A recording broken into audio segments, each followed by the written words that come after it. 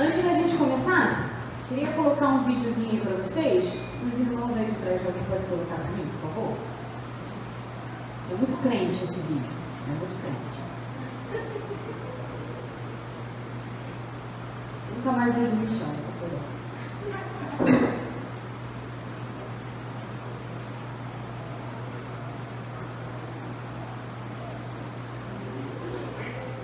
Eu fico feliz que assim não é só na minha igreja. Pelo menos dá um conforto assim, no coração da gente. Que o da cachorro não funciona na hora H. Enfim. Testamos mais 5 minutos, 10 minutos. Você não é mesmo, velho. Mas você cabia aqui. Eu segurava você e dizia para sua mãe: esse menino vai ser o melhor menino do mundo. Esse menino vai ser melhor do que qualquer um que conhecemos. E você cresceu bom, maravilhoso. Foi muito legal ver você crescer, foi um privilégio. Aí chegou a hora de você ser adulto e conquistar o mundo, e conquistou. Mas em algum ponto desse percurso, você mudou. Você deixou de ser você. Agora deixa as pessoas botarem o dedo na sua cara dizendo que você não é bom. E quando fica difícil, você procura alguma coisa para culpar, como uma sombra. Eu vou dizer uma coisa que você já sabe. O mundo não é um grande arco-íris. É um lugar sujo, é um lugar cruel, que não quer saber o quanto você é durão. Vai botar você de joelhos e você vai ficar de joelhos para sempre se você deixar. Você, eu, ninguém vai bater tão duro como a vida.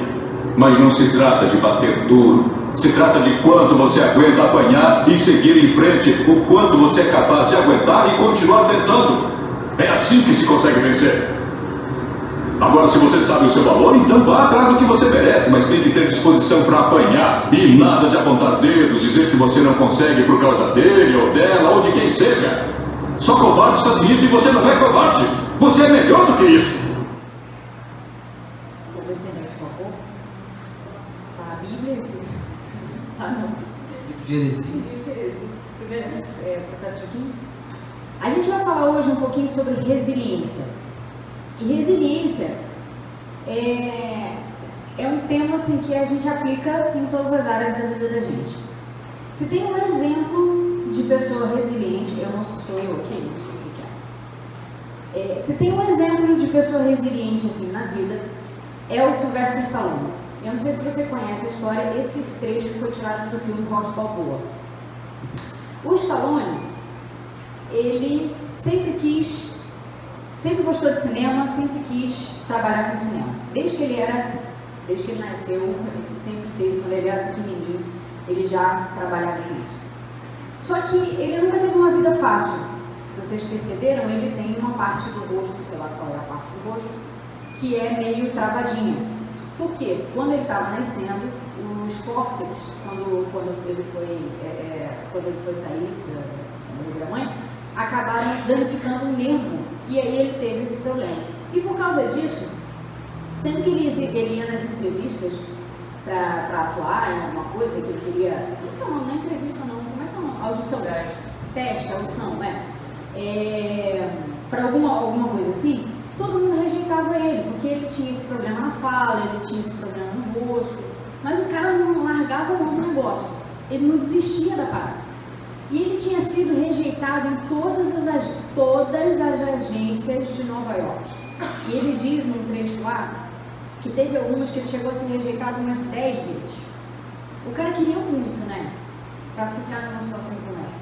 Chegou num determinado momento da vida dele que ele estava completamente sem dinheiro. A mulher dele estava esperando o primeiro filho dele. E ele, assim, zerado de dinheiro mesmo, ele estava cogitando a possibilidade de vender o cachorro dele.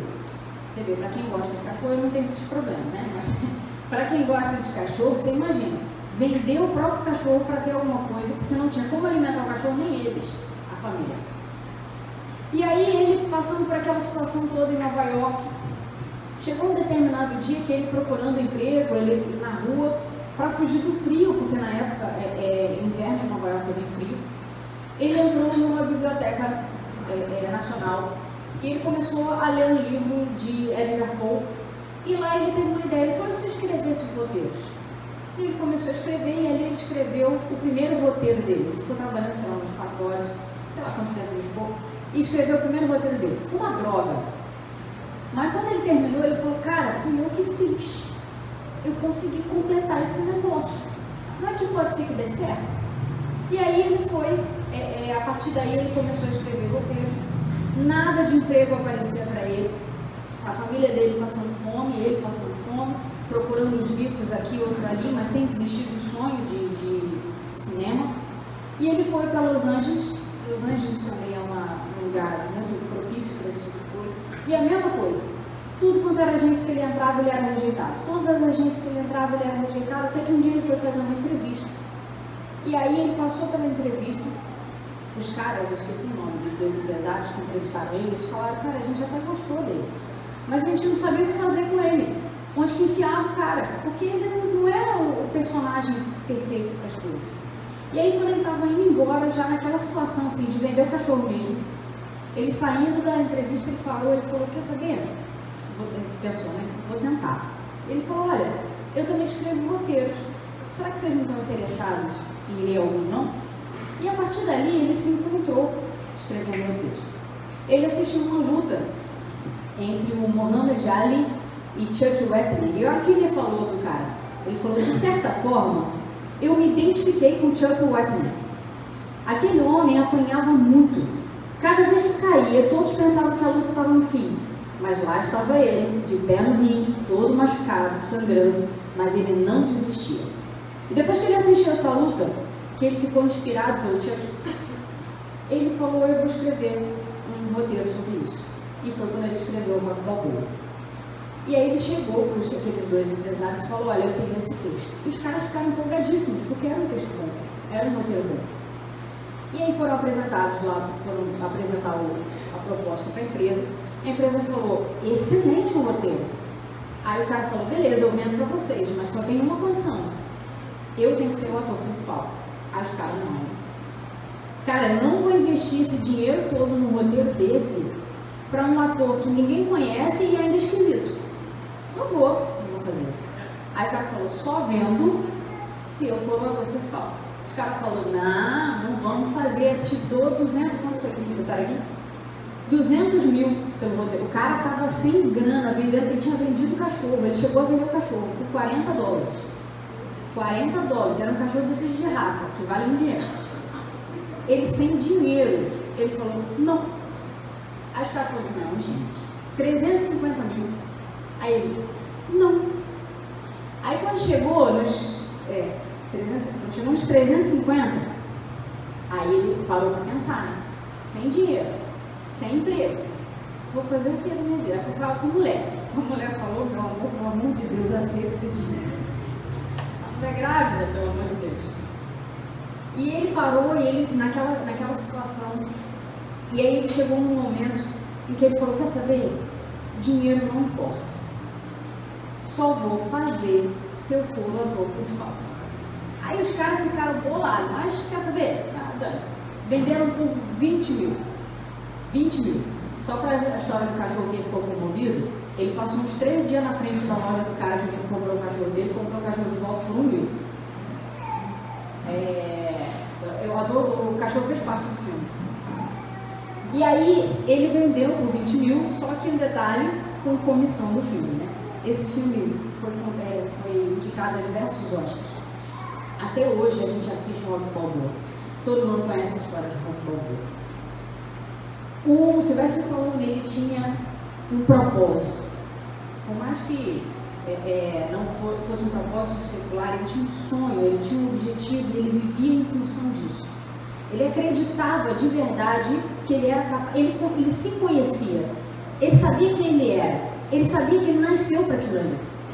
Uma pessoa rejeitar 350 mil para falar, não, eu vou ser o ator principal. O cara não conhece o seu valor. Ele sabia quem ele era. Ele sabia o que ele poderia oferecer. E ele insistiu naquilo. Resiliência é um termo que a gente usa. Existem várias vertentes, vários significados dependendo da área que você atua. Mas resiliência vem do latim. Eu adoro o momento cultura. Mariana também é cultura. Resiliência vem do latim resilience. Alguém anota aí que é bonito. resilience, que significa voltar ao original, voltar ao estado original, isso. Eles pegaram, quem começou a usar isso na psicologia, pegou esse termo da física, que é quando um objeto, uma matéria, ela sofre uma determinada... Não sou física, eu sou advogada, não entendo nada de física, então dá um desconto. Uma matéria, ela sofre um determinado tipo de pressão, alguns desafios, vamos dizer assim, e ela consegue voltar ao seu estado original sem grandes danos. Então, isso é que é resiliência. Resiliência é você, em outras palavras, versão Mariana, significado by Mariana, é você levar todas as lambadas que a vida te dá e mesmo assim levantar. E se tem uma pessoa que entende de cair, sou eu. Entendeu? Tem uma pessoa que consegue cair descalça no chão liso, sou eu. Aí o que eu faço? Levanto. Porque na vida é assim, isso é resiliência. A gente leva uns estabacos e aí a gente faz o quê? Levanta e segue o fluxo. Não é mesmo? Bate nas coisas tudo. Bate nas coisas tudo, marido que eu digo. Vivo toda roxa, chego em casa toda roxa. Mas, é muita tecnologia, tá? Eu estou tentando controlar o datashow pelo celular. Aí. Não é assim.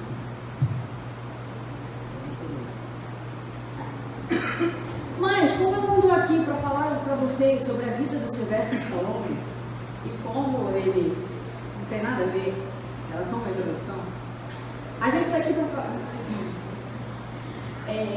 A gente está aqui para falar de Bíblia. A gente está aqui para falar sobre resiliência na vida da gente. Claro, todo esse exemplo que eu dei para vocês é para mostrar que resiliência serve para qualquer coisa. Tudo na vida você precisa ser resiliente. Se você tem um casamento, por exemplo, quando você começa a enfrentar os desafios, se você desiste no primeiro desafio, meu bem, beijo, um abraço, já era, não dura nem 6 meses. Agora, num trabalho, por exemplo, se você é o tipo de pessoa que não sabe trabalhar sob pressão, vai ficar complicado. Se você não sabe se recuperar de uma situação de estresse, uma situação de pressão, se tudo te abala, é complicado. Você precisa desenvolver essa resiliência na vida. Só que o que eu quero mostrar para vocês é que essa resiliência, ela precisa estar presente também na vida da gente, principalmente na nossa vida espiritual. Porque na nossa vida espiritual, na nossa vida cristã, a gente sofre diversos desafios. Tem hora que a gente toma uma lambada das brabas. E aí, vai fazer o quê? Vai desistir? Quantas vezes eu não caí em pecado, por exemplo, e eu falava, Deus não me merece. Eu sou muito estragada para ser crente. Falava, perdi a conta de quantas vezes eu falei isso. Sou muito estragada para ser crente, Deus não me merece não. Mas a questão é que a gente toma lambada, a gente faz cagada, a gente levanta e vamos embora. Continua. Certo? Agora eu vou deixar ele falar um pouquinho, senão ele briga comigo. Mentira, não. Primeira coisa, a gente aprendeu ali com o Rock, é que o mundo não é um belo arco-íris. Não é verdade? Fala pro seu amigo aí, o mundo não é um belo arco-íris. Fala pra ele. Capítulo 2. Cara, isso é muito real. Isso é muito real. A gente fica procurando as coisas fáceis, os caminhos mais fáceis, mas isso não existe. Isso não existe, tá bom?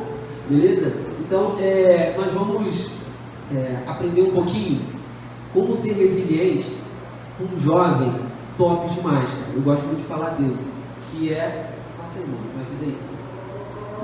Agora você me assiste.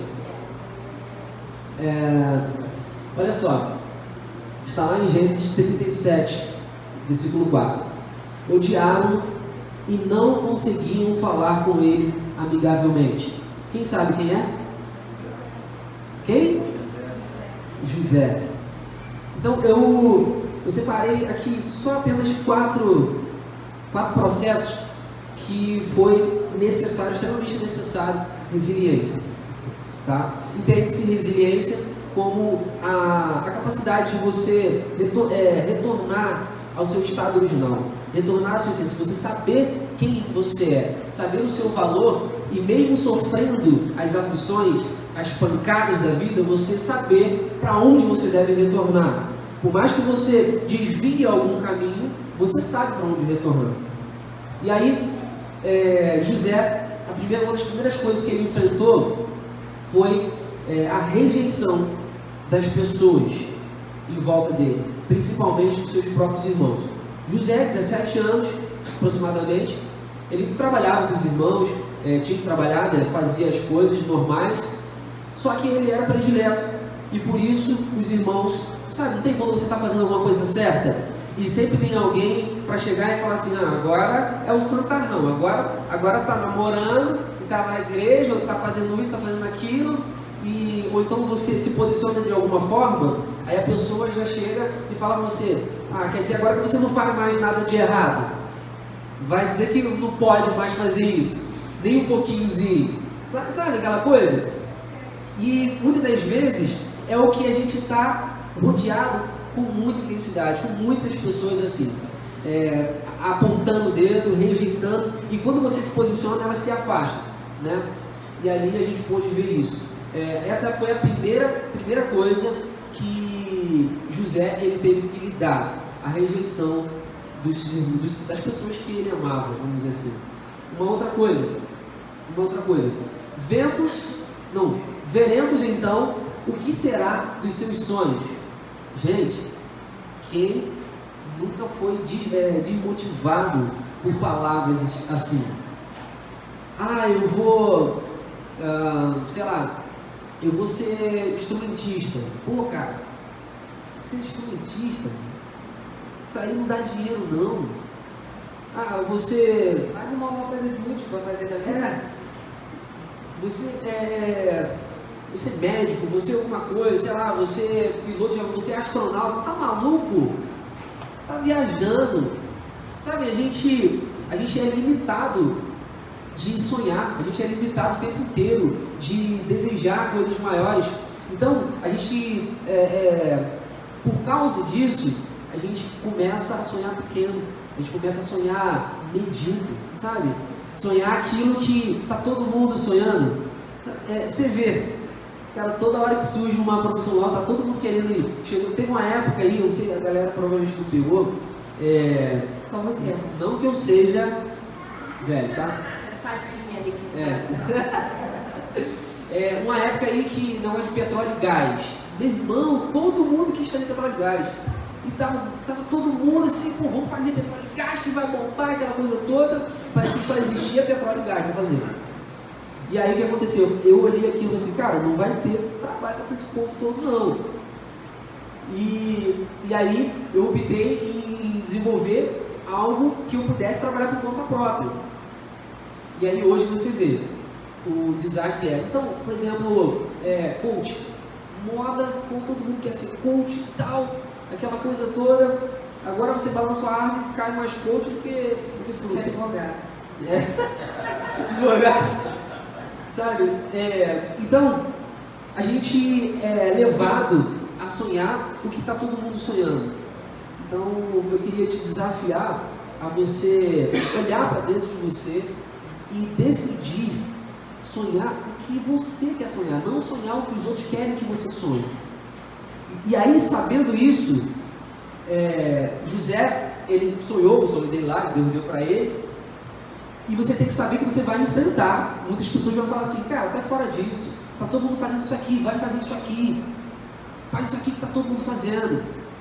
E eu que estou entrando agora no ramo do marketing digital, também é outra moda aí, mas a gente vê pessoas das mais diversas áreas faturando horrores. Então, não limite a sua visão, não limite os seus sonhos por causa das circunstâncias, tá bom? Vamos para o próximo. Ele disse, deita-te comigo. Uau! Será que você já quis isso aí? Quis uma proposta dessa? Cuidado, isso é furado. O problema é a resposta depois da proposta. José, ele estava, a Bíblia diz o tempo inteiro que ele era, o Senhor estava com ele estava com o Senhor, e ele prosperava, tudo que ele fazia prosperava. E E nesse momento, quando os irmãos deles falaram que vamos ver agora qual é o sonho dele, como é que vai realizar o sonho dele, tá aí agora nessa cova aí, vamos matar ele, vamos ver o que vai ser do sonho dele. Muitas das vezes é isso que acontece, quando você sonha alguma coisa e se depara com algum bloqueio, com alguma dificuldade. As pessoas, e agora? O que você vai fazer? Talvez você mesmo olhe para o espelho, olhe para si mesmo, si próprio e fala, cara, o que eu vou fazer agora? E aí é a habilidade de você voltar a olhar para dentro de si e saber quem você é de verdade. E talvez você fale assim, cara, mas eu não sei quem eu sou. Eu só vou te dar uma dica. Você é imagem e semelhança de Deus. Isso é mais que o suficiente, tá bom? Mas você pode desenvolver mais isso aí. Mas fica com isso aí por enquanto. E lhe disse, deite comigo. Na caminhada, quando você estiver enfrentando os desafios, você vai receber muitas propostas indecentes. Você tem que estar preparado para saber quem você é.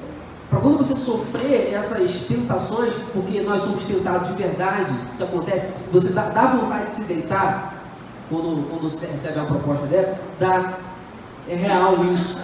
Mas só que o fato de você sentir vontade e você decidir por fazer é uma distância. Porque a gente, infelizmente, ainda estamos dentro de um corpo. Isso aqui é uma casca. E essa carne, esse corpo foi corrompido por causa do pecado. Então ele tende ao pecado. Mas se você fortalecer o espírito, você vai vencer essa carne.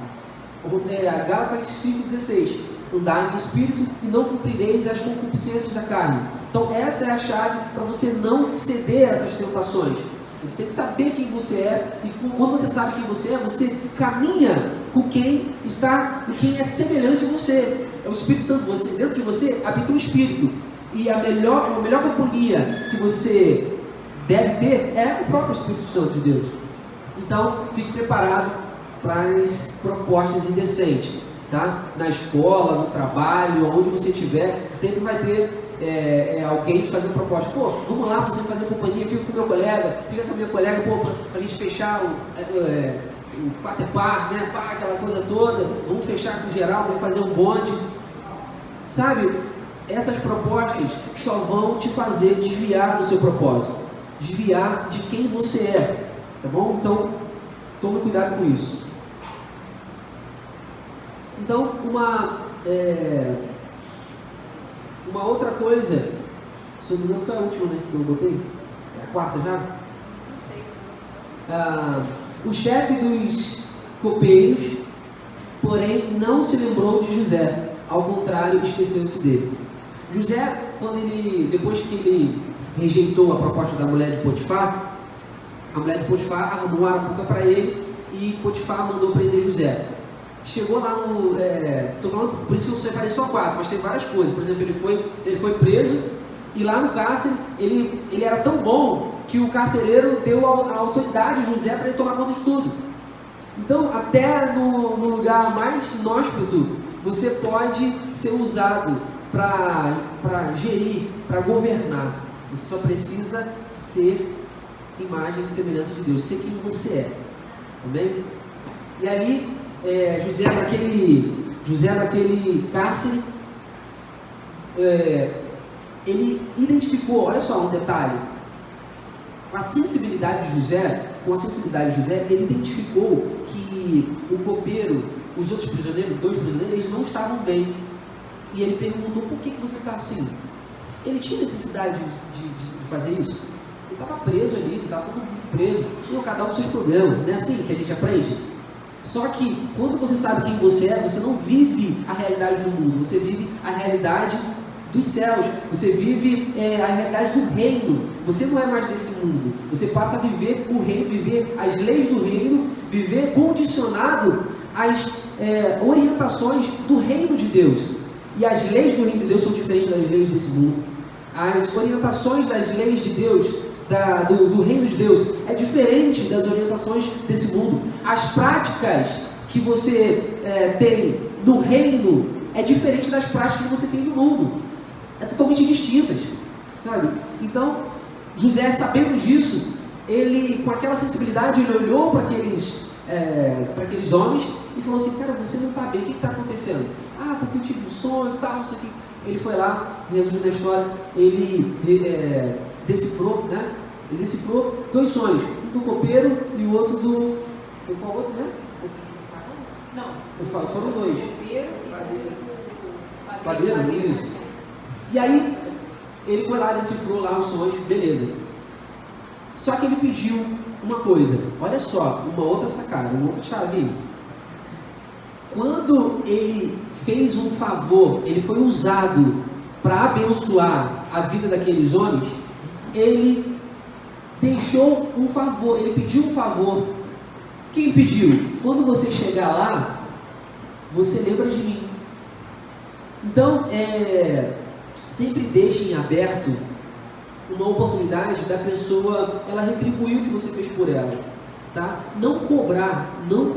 Ele não cobrou, ele só falou assim: pô, se você puder, você lembra de mim. Só isso. Não é porque ele não iria cobrar isso. Então a gente não faz nada esperando algo em troca, assim, cobrando. Mas naturalmente as pessoas tendem a retribuir o que é feito por elas. Então dê a oportunidade das pessoas retribuírem o que você tem feito por elas. Isso é importante, porque eu conheço gente que não gosta de dever favor a ninguém, sabe? Então ela não se permite ser ajudada, não ajuda ninguém para não precisar ser ajudada, sabe? Aquela coisa assim. Então tenha o coração aberto, tenha a mente aberta para essas coisas. José, ele foi esquecido. Ele fez o bem. Muitas das vezes vai acontecer isso com você. Você faz as coisas certas, mas ninguém vê. Você lava a louça, mas sua mãe nem percebe. Sua esposa nem percebe quando você lava a louça. Você faz alguma coisa legal que você curte, mas poucas pessoas percebem, ou se as pessoas percebem, ignora. Mas a recompensa, ela vai vir, ela virá. Então confie no Senhor e continue fazendo certo, continue fazendo bem, tá legal? Então José, ele foi esquecido mais uma vez, e ali foi necessário mais uma vez resiliência, foi necessário mais uma vez ele lembrar de quem ele era, tá legal? Qual é o próximo? Acho que você agora. Um outro exemplo que a gente tem de resiliência, se alguém não pensou nele, é porque eu tenho muito tempo para pensar, mas é a primeira pessoa que a gente pensa quando a gente fala em resiliência. Alguém chuta? Vamos lá, vou dar uma chance para vocês. Pensa um pouquinho. Pensa assim, a pessoa que levou todas as lambadas da vida e levantou de novo. Quem? Jó. Cara, não tem como pensar em resiliência e não pensar em Jó. O pobre coitado infeliz, na verdade foi bem feliz depois, mas gente, o homem sofrido nessa vida de meu Deus, não é não? O cara, o versículo 1 lá de Jó, que eu não sei se vocês sabem, a história de Jó está no livro de Jó. Tá? Para quem não conhece o livro de Bíblia, esclarecendo aqui agora, está lá no livro de Jó, você vai encontrar a história de Jó. E aí lá no versículo 1, diz que ele era o homem mais rico do Oriente. Vou repetir. O cara era o homem mais rico do Oriente. Eu vou pontuar uma outra coisa. Naquela época, o Oriente era tudo que havia. Tá? Ele era quem é? O Elon Musk? Que é o mais rico agora? Sei lá. O cara ele era rico pra caramba. Ele tinha um monte de coisa, mais do que todo mundo nessa vida de meu Deus. Aí, de repente, gente, porque notícia ruim é assim, né? Nunca chega a fazer. Mas ele deve ser muito rico. Notícia ruim nunca vem sozinha. Já perceberam isso? É assim, por exemplo, quando dá ruim na geladeira, dá ruim também no micro-ondas, na televisão, o ar-condicionado para de funcionar, não? Aí você fica, meu Deus do céu, demônio da eletrônica. Não é não? Porque notícia ruim geralmente vem assim, acompanhada. E com o pobre coitado do Jó foi assim também, só que numa escala bem maior. Então imagina, o homem mais rico do Oriente, quando as coisas dão ruim de verdade. Né? De com força. O que aconteceu? Eu estava lá, Satanás zanzando pela terra, aí apareceu lá para Deus, conversar com Deus. Aí Deus falou: ô Satanás, você viu aqui o meu servo Jó? Meu servo? O cara era tão crente, Jó era tão crente, que ele oferecia sacrifícios pelos filhos, pela possibilidade dos filhos terem pecado. Não sabia nem se tinha, o que tinha feito, mas por via das dúvidas a gente faz um sacrifíciozinho aí que é para garantir o negócio. O cara tinha relacionamento, né? Ele era lá fielzão com Deus. Aí Deus todo orgulhoso, né? Pai orgulhoso. Você viu meu servo Jó? Aí Satanás todo espertinho falou: mas lógico. Ó, tudo que ele tem. Como é que ele não vai ser? Versículo 9. Acaso não tem Jó razões para temer a Deus? Ah, mas é claro que vai temer a Deus com essa grana toda, esse monte de rebanho, um monte de coisa, um monte de mulher, um monte de filho, um monte de coisa. Até eu temeria a Deus. Falei assim, mas poderia. Acaso tem Jó motivos para não temer a Deus? E aí Deus vira e fala: não tem problema não, pode mexer nas coisas dele. Ah, rapaz, Satanás se empolgou. Se empolgou, mano. E foi lá, o pobre coitado do Jó estava lá de boassa. Aí veio um servo e falou: Jó, veio não sei o que lá,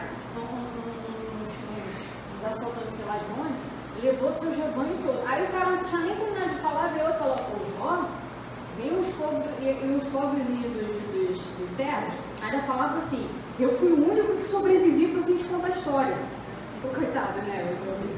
Coitado não, feliz é ele que foi escolhido para contar a história. Aí veio o outro, no meio da história, o outro estava terminando de contar a história, veio: olha, veio o fogo do céu, matou suas ovelhas todas. Aí não tinha nem terminado de falar, veio outro e falou: olha, caiu o teto da casa dos seus filhos, morreu todo mundo.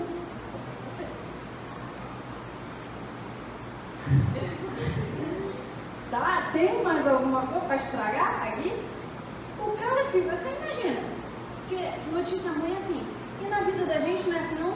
Às vezes a gente tá de boa. Na vida da gente, tô feliz com a terceira, eu nunca fui tão crente mais na vida. Aí tudo resolve desandar. Porque quando desanda o negócio parece um joguinho do nó. Tudo resolve desandar na vida. Aí tu vira e fala: nem fala, não quero falar. Aí tá, beleza. Aí, assim, Satanás não dá por satisfeito. Voltou lá para bater os papos com Deus, eu acho que ele não tem mais o que fazer da vida. Né? Ficar perturbando a vida dele. Aí foi lá, voltou, aí Deus falou: você viu só? Falei pra você. Isso é a minha interpretação da Bíblia, tá? Um dia eu vou escrever a minha versão. Vai ser perdido. Aí Deus vira e fala: tu viu só? Foi atormentar o pobre coitado? Tá aí. Não fez nada de errado ele, só tá sofrendo. Tá? Aí o Satanás virou e falou: mas é claro. Aí ele fala: pele por pele, que ele vem aqui.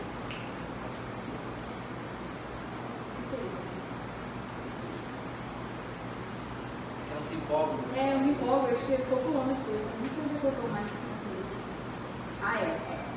Antes dele voltar, de Satanás voltar lá, é porque essa parte é importante, não posso pular. Antes de Satanás voltar lá para perturbar mais a casa de Jó, Jó não é daquela situação toda que ele tá falando. Né? E aí, eu acho interessantíssima essa resposta que Jó dá. Ele vira e fala isso aqui: saí nu do ventre da minha mãe e nu partirei. Aí tem logo em seguida vem: o Senhor deu, o Senhor tomou, bendito seja o nome do Senhor. Jó estava passando por tudo aquilo. Ele estava vivendo a dor de perder todos os filhos, o desespero de agora eu faço o quê que eu não tenho mais nada? Eu tinha tudo e não tenho mais nada. E a resposta que ele dá, no meio disso tudo, é: não, eu saí. Com o outro voltando. Jó ele tinha tanta convicção de quem ele era. Ele sabia que as coisas que ele tinha eram só coisas que ele tinha. Não era quem ele era. Estão entendendo? Isso é uma chave poderosa. É muito poderoso isso. Porque uma vez que você tem consciência de quem você é, de onde você veio, para onde você vai, quem é você? Você pode perder tudo. Ele estava triste? Claro que estava. O cara estava naquele negócio das cinzas, rasgando a cabeça, estava lá. Mas ele sabia quem era.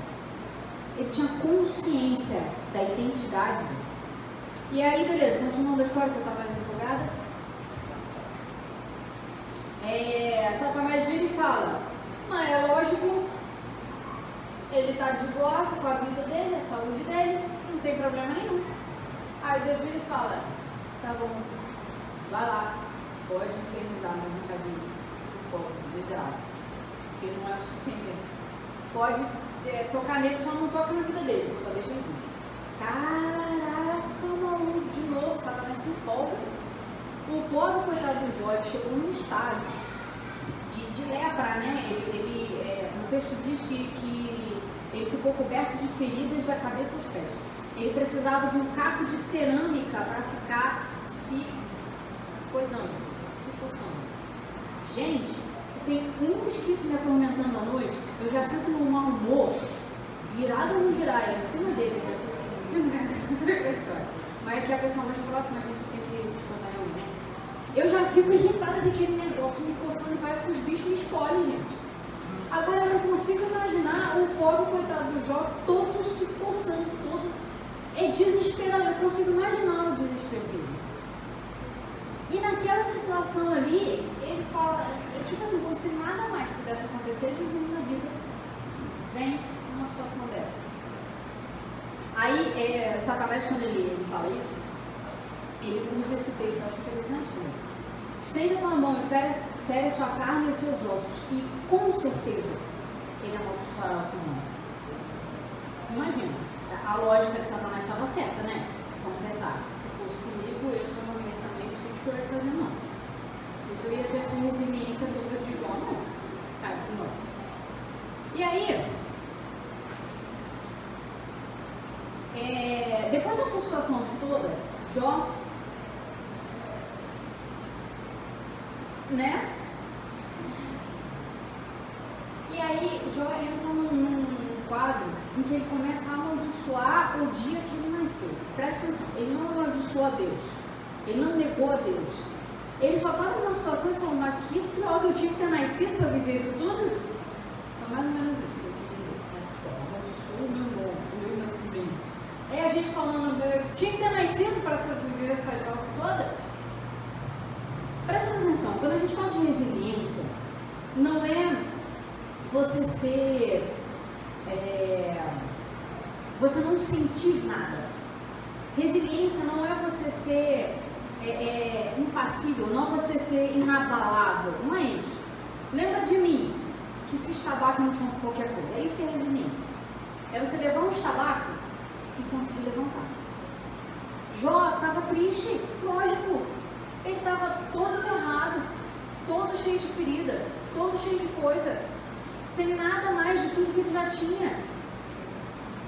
Ele estava bolado com a vida, lógico. Mas em nenhum momento ele negou ao Deus dele. Em nenhum momento ele esqueceu quem ele era. Estava bolado? Estava triste? Estava passando, suponho que estava deprimido? Estava, eu acho. Mas ele nunca negou o Deus dele. Ele nunca saiu do propósito de vida dele. Certo? Continuando.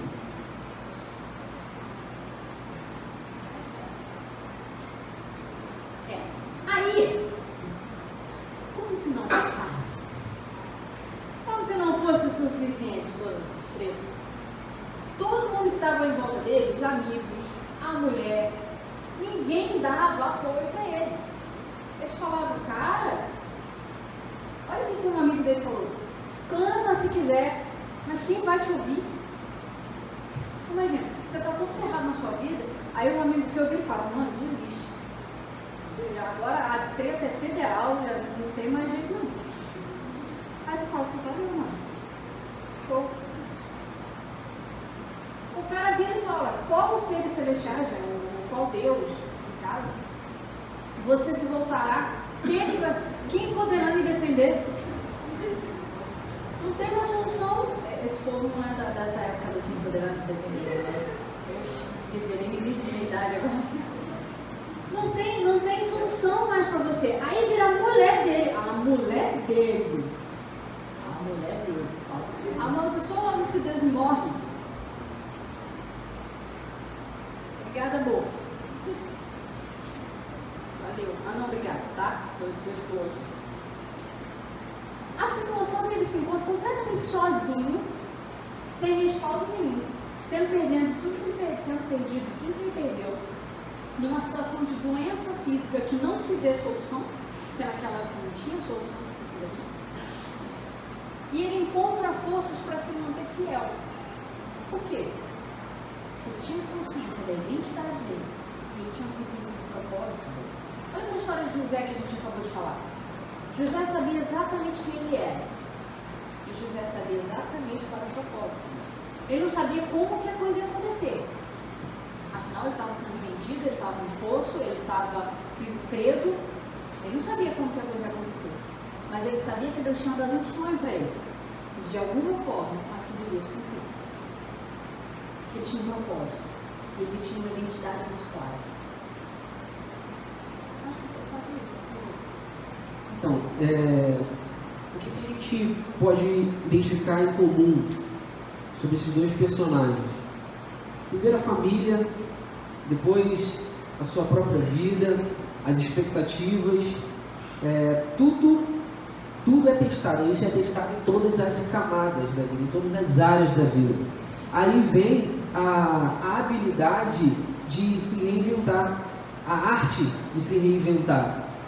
O que é essa arte? Resiliência, a gente falou bastante sobre o que é resiliência, mas o que é essa arte de se reinventar?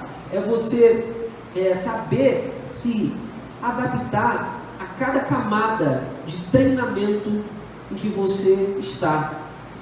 Se você começar a ver essas situações como fases, lembra do videogame? Quem joga videogame aqui? Quem joga videogame? Caraca, geral. Vai ver. Videogame, quem joga videogame? Estavam perguntando aí. Cada fase, eu não jogo videogame, só para quem se tiver alguma curiosidade. Eu jogava Sonic, sério? Não. Sei lá. Então o que acontece? Se você conseguir desenvolver essa mentalidade,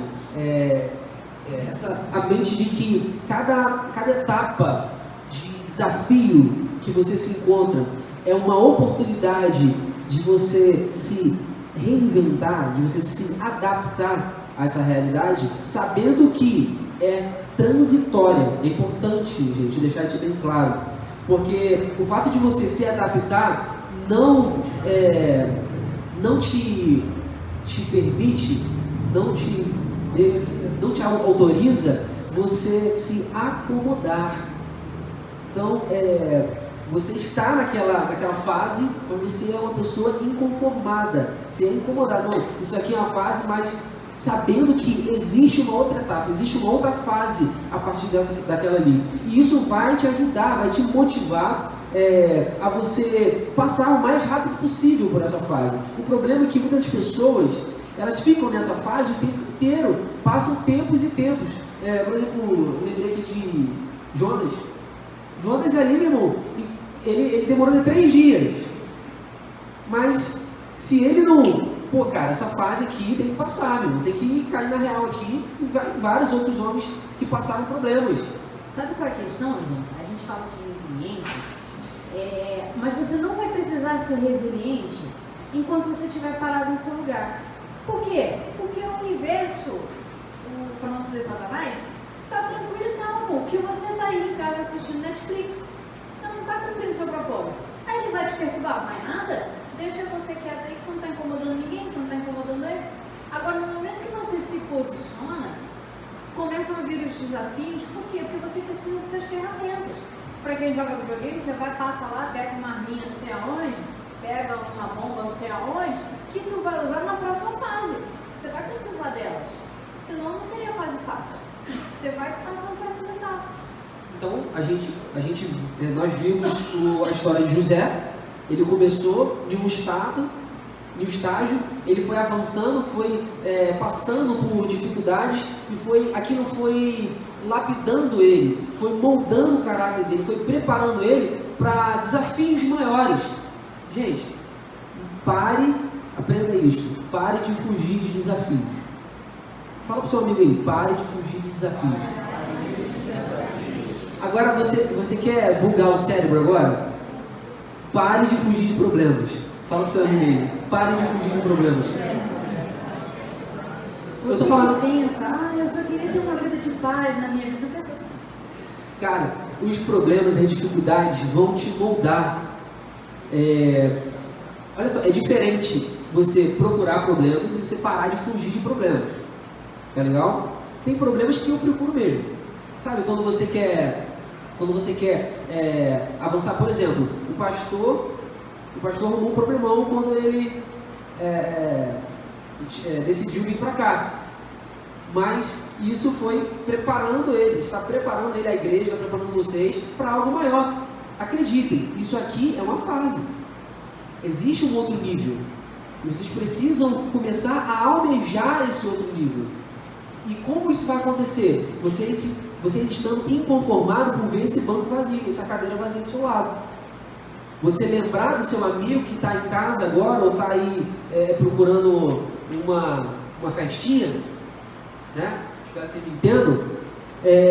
Poderia estar aqui aprendendo isso, aprendendo como ser resiliente, aprendendo como se reinventar, aprendendo que as fases da vida ela nos prepara para algo maior. Então, como eu tenho que ser mais objetivo, porque ela se empolga, então então vamos lá. Jó também, ele passou por essas etapas. Aí você fala assim, poxa, mas Jó ele passou de fase, perdendo tudo aquilo. Meus irmãos, vocês viram, se você for ver no final, ele foi restituído muitas vezes mais. E não só isso, eu acho que a evolução dele também foi muito na parte espiritual. O cara ele era um servo de Deus, extremamente assim, fiel a Deus, tanto que ofereceu sacrifícios antes mesmo de precisar. E mesmo assim, quando chega no final dessa situação toda, ele fala, eu conheci a Deus só de ouvir falar. Imagina o tanto de avanço que ele teve na vida dele para chegar a essa conclusão. Exatamente. E por ele ter passado por aquelas provações e sido aprovado naqueles desafios, Deus proporcionou para ele coisas, bens, riquezas muito maiores às que ele tinha antes. E é sempre assim. Então, pare de fugir dos desafios. Vamos lá. A gente está caminhando para o final. Eu acho que eu fiz besteira.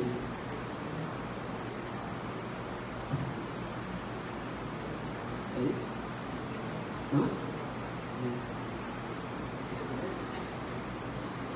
Lá em Gálatas 1,15 diz assim, ó, mas Deus me separou desde o ventre materno e me chamou por sua graça. Quem falou isso? Quem sabe? Tá na epístola, na carta, né, aos Gálatas, então foi Paulo, né? Paulo ele escreveu trocentas cartas, né? E ele foi um cara que também passou um perrengue depois da conversão dele, tudo piorou. Porque você pensa assim, que você vai se converter e tudo vai ser lindo. Mas o que ele estava galgando era algo muito além do mundo natural. Era algo muito, muito além do que os olhos poderiam ver. Ele estava acumulando tesouros no céu. Tudo que ele fazia, ele queria prosperar na eternidade. Então, gente, isso aí já é outro mindset, isso aí já é outro nível já, mas pra gente, meros mortais, vamos dizer assim, só você estar no seu propósito, você já vai experimentar coisas grandes já aqui na terra, aqui em vida. Paulo ele teve aquele ministério, aquele desafio, aquele propósito dele de ter as marcas de Cristo nele, sabe, coisa tremenda, mas sempre se readaptando, sempre se reinventando as situações. Eu apanhava pra caramba, era apedrejado, era... Você pega em Atos, Naufragado. você abre em Atos em qualquer lugar. Ou Paulo está preso, ou ele está sendo apedrejado, ou ele está sendo açoitado. Pode abrir assim, ó, abre lá, tá todo ferrado. Então, ele entendia, olha só, gente, ele entendia que, mesmo passando por tudo aquilo, ele sabia quem ele era. Mais uma vez, a essência da resiliência ali. Ele sabia que, mesmo sofrendo aquilo tudo, aquela alteração, aquela pressão, ele retornava: eu sei quem eu sou, Deus me chamou desde o ventre da minha mãe. E avançando aqui, ele continua dizendo: aprendi o segredo de viver contente em toda e qualquer situação. Em toda e qualquer situação, literalmente. Quando ele estava bem, quando ele tinha dinheiro, quando ele tinha posses, quando ele era sabe, um dos maiorais da igreja, antes dele se converter, ele caçava os crentes, matava os crentes, ajudava a caçar os crentes, mas ali mesmo passando privações, ele aprendeu o segredo de viver contente em toda e qualquer situação. Que segredo é esse? Primeiro é saber qual era a essência dele, e segundo, saber que ele estava sendo preparado, ele estava sendo lapidado para um próximo nível, para algo maior. Então, aprenda esse segredo aí. Adiantar um pouquinho. Eu ia fazer uma dinâmica, mas não vai dar tempo. Então, aguenta mais um pouquinho aí para a gente terminar. Só falta só esse mais um slide. Esquecendo-me das coisas que ficaram para trás e avançando para as que estão adiante de mim, prossigo para o alvo. E aí você se depara com situações da sua vida que te aprisionam no passado. E isso é um problema seríssimo. Muitas pessoas entram para a igreja, se convertem, pedem perdão, se arrepende, mas não abandona um histórico ruim que ficou para trás. O próprio Deus esqueceu o que você fez de errado. Ele já sabe o que você vai errar lá na frente, e Ele já te perdoou, porque Ele sabe que você vai se arrepender. Então, o importante é você saber que o agora é o que vai fazer a diferença para o resultado futuro. E aí você fala assim: pô, mas eu tenho que pensar para o futuro, tenho que pensar na frente. Se você exercitar, se você ativar a fé, você sabe o que é fé? Fé é você ver o que você espera no agora, ou seja, tudo está no presente. Quando você foca no presente, mesmo enxergando, pensando no futuro, você está vendo ele aqui no presente. Porque isso que é fé. Fé é o firme fundamento das coisas que se esperam e a prova daquilo que você não está vendo. A prova daquilo que você não está vendo. Você não está vendo o que vai acontecer ainda, mas você tem tanta convicção que Deus está trabalhando em seu favor, que isso que você está passando é um processo, é uma fase, vai passar, que você vive no presente. E isso já te acalenta, isso já te satisfaz, isso já te motiva. Por isso que o verdadeiro cristão, ele está sempre motivado, porque a fé faz ele enxergar que o que está por vir, ele já pode experimentar agora, vendo. Isso é fé. Ative a sua fé. Fala para o irmão: ative a sua fé. Ative a sua fé em nome de Jesus.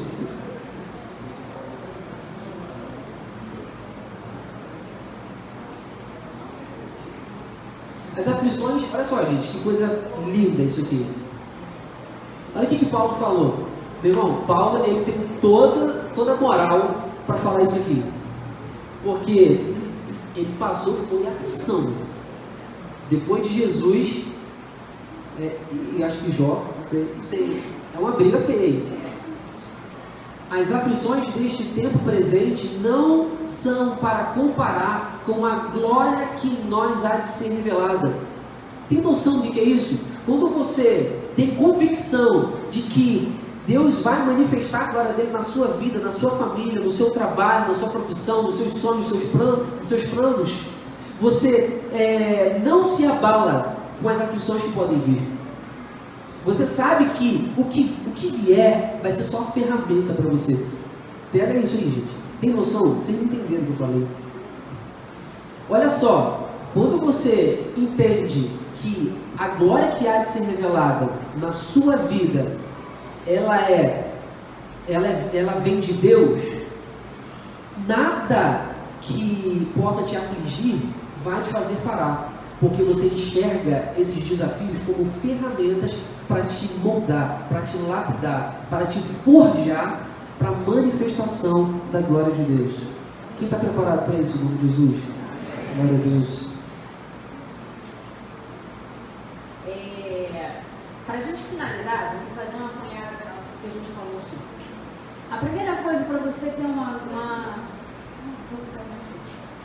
a primeira coisa que você precisa para desenvolver essa resiliência na sua vida cristã é, primeiro, identificar quem você é.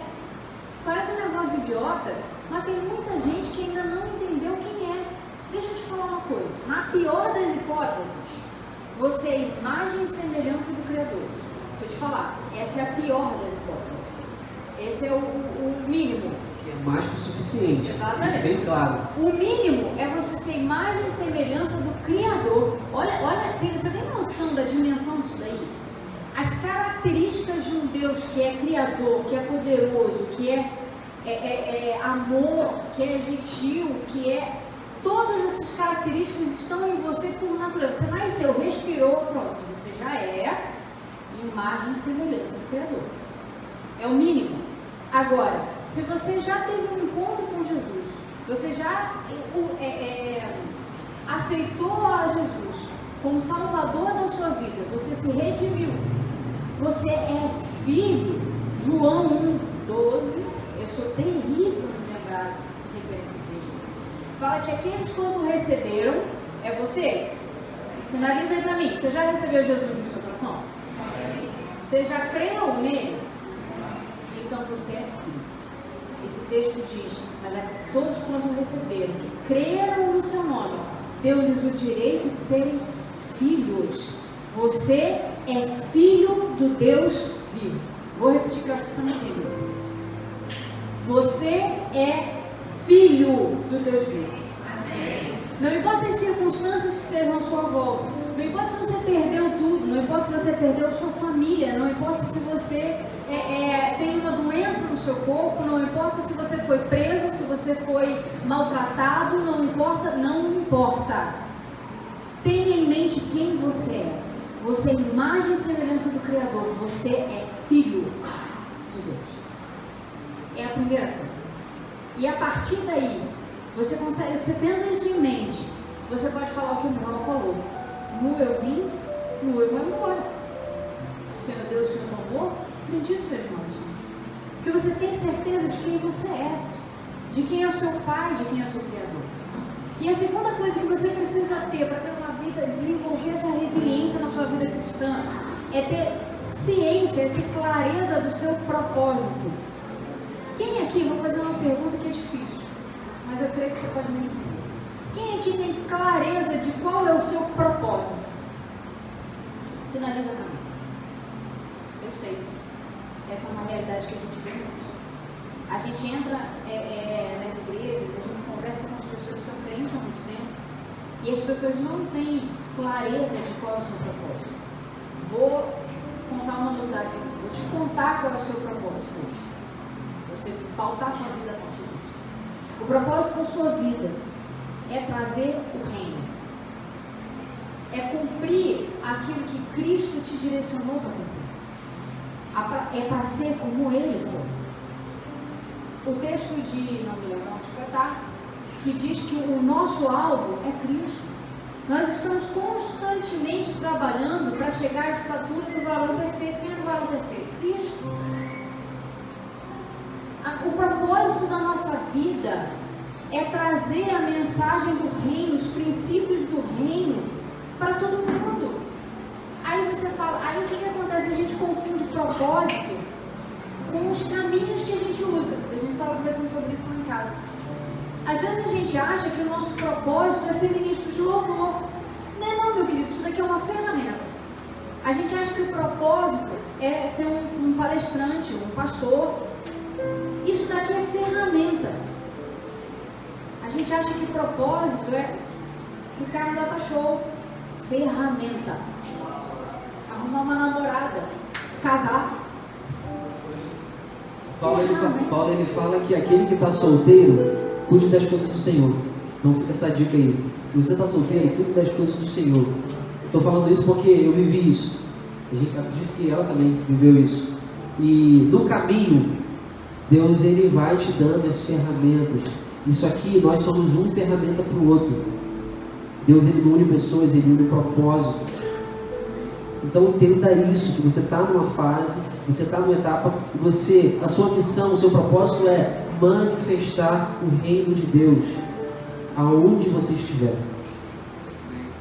Seja um embaixador de Cristo, gente. Seja aquele que traz, que representa o reino de Deus, que as pessoas olhem para você. É isso que é o seu propósito. É isso que a gente tem que mirar na vida da gente. Eu quero ser aquela pessoa que as pessoas olham para mim e elas veem Cristo. Elas veem os princípios do reino manifestados na minha vida. É fácil? Claro que não. Por quê? Porque a gente tem uma natureza pecaminosa. Mas quando a gente se coloca nesse propósito, aí entra a resiliência. Que é quando a gente se posiciona e a gente fala, não, mas eu quero viver essa realidade. Eu quero cumprir o meu propósito. E aí vem a lambada da vida. E é nessa hora que tu faz o quê? Pensa na Mariana se estabacando no chão. O que você faz? Levanta. E continua. E se estabacar de novo? Levanta. E continua. Mas segue no seu propósito, tendo consciência de quem você é. Se você sabe que você é filho, você sabe que você tem um propósito. Você sabe que você é imagem e semelhança do Criador. Você sabe que você foi criado com um propósito. Amém? E a respeito dessa questão da resiliência, do propósito, quando você está no caminho do propósito e você leva as lambada da vida, é o que o Cristo estava falando. Entenda isso com as ferramentas que você precisa, as fases que você está passando na sua vida. É o se reinventar. É você passar por aquela fase e falar, nunca vi isso daqui na minha vida, não sei o que está acontecendo. Estou passando por uma fase assim. E agora? O que eu faço? Não sei, mas vamos embora. Uma dica, observe a caminhada, porque às vezes você fica só pensando em que acabe logo aquilo e você não aprende. Só em passar de fase? Só em passar de fase, você não visualiza o background, sabe? Você não visualiza a paisagem, você não visualiza os aprendizados que você pode ter com cada detalhe. E é isso, gente. Recentemente eu passei por uma situação assim, de ser forjado no meu emocional. Recentemente não, tem alguns anos. E eu estava, graças a Deus, eu tinha essa mentalidade e a todo tempo eu falava assim, Senhor, o que eu posso aprender com isso? Eu sei que o Senhor está me preparando para algo maior, mas o que eu tenho que aprender? Me mostra. Sabe, quando a pessoa gosta de desafio, eu sou movido a desafio, sabe? E eu ficava assim, cara, sabe, eu ficava excitado com a situação, eu ficava assim, cara, o que eu estou aprendendo com isso? O que é isso? O que está acontecendo, cara? E você ficar sensível, Senhor, me dá sensibilidade, o Espírito Santo me revela, abre os meus olhos espirituais, eu quero enxergar. Pensa isso, cara, porque Ele vai te dar. Amém. Amém. Então, que você fique com essa palavra aí. Nós vamos terminar agora. Eu sou muito enjoado no negócio de tempo, de horário, gente. Me perdoe toda hora ficar olhando, eu fico assim, eu tenho que melhorar isso. Mas que essa mensagem, que vocês possam ter absorvido todo o ensinamento que a gente tem aprendido também. E que isso possa ser ferramenta de Deus na sua vida. Amém? Glória a Deus. A propósito, vocês estão arrasando com esse monte de ar-condicionado aqui. Eu precisava falar isso.